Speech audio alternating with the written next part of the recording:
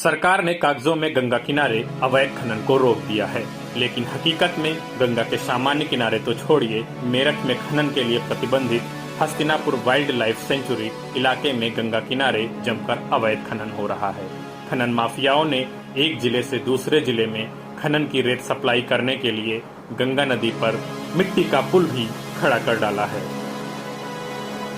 मेरठ के मखदूमपुर में गंगा नदी की गोद खनन माफिया उजाड़ रहे हैं। पहली तस्वीर में गंगा नदी के घाट पर रेत की खुदाई और दूसरी तस्वीर में ट्रैक्टर ट्रालियों में ढोई जा रही रेत को देखिए। ये तस्वीरें जिले के उन अफसरों के चेहरे पर कालिख मलने के लिए काफी हैं जो कहते हैं कि जिले में अवैध खनन नहीं हो रहा है, लेकिन इसके आगे की कहानी देखकर आपके होश उड़ जाएंगे।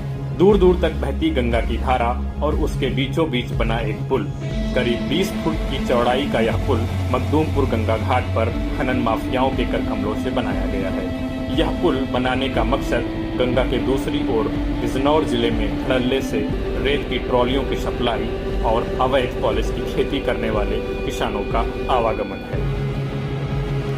हैरत की बात यह है कि जो पुलिस प्रशासन जिले के कोने कोने की खबर रखने का दावा करता है, उसने इस पुल को देखकर अपनी आंखों पर चांदी का चश्मा पहन लिया है, इसलिए उसे अब यह पुल दिखाई ही नहीं देता।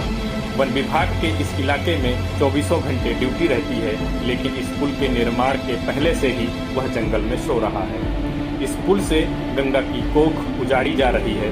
गंगा में रहने वाले दुर्लभ प्रजाति के कछुओं का कुनबा संकट में है। यहाँ रहने वाले घड़ियाल और डॉल्फिन अवैध खनन से पैदा हुए गड्ढों में फंसकर मर जाते हैं। हैरत की बात यह है कि केंद्र और राज्य सरकार की निगरानी में रहने वाली हस्तिनापुर सेंचुरी के इलाके में यह सब धड़ल्ले से चल रहा है।